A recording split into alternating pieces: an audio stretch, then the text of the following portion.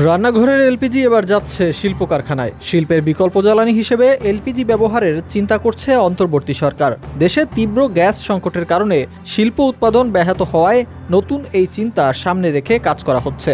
সম্প্রতি শিল্পে গ্যাসের দাম এক ধাপে অনেকটা বৃদ্ধির বিষয়ে আলোচনা শুরু হয়েছে।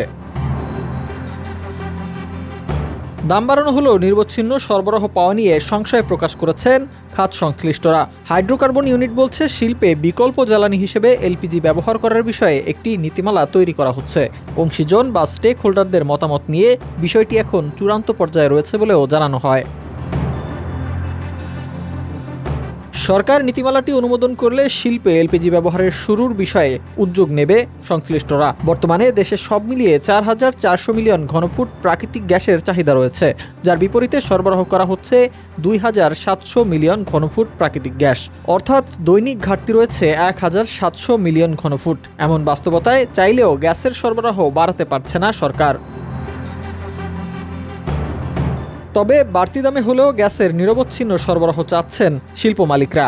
সঙ্গত কারণেই প্রাকৃতিক গ্যাসের বিকল্প হিসেবে এলপিজির সংস্থান করা গেলে তা দিয়ে শিল্প কারখানা চলতে পারবে বলে মনে করছে সরকার। শিল্পে এলপিজি ব্যবহারের নীতিমালার খসড়া শেষে অংশীজনের মতামত নিয়ে সরকারের কাছে জমা দিয়েছে হাইড্রোকার্বন ইউনিট। বাংলাদেশে বর্তমানে মোট ব্যবহৃত এলপিজির পরিমাণ প্রায় ১৮ লাখ টন। এর মধ্যে এতদিন ১৫% শিল্পে ব্যবহার হলেও কোনো সরকারি নীতিমালা ছিল না। আগামীতে সরকারি নীতিমালা থাকলে এলপিজি আরও বেশি ব্যবহার করা সম্ভব হবে। এতে করে প্রাকৃতিক গ্যাসের ওপর চাপ কমবে বলে ধারণা করা হচ্ছে।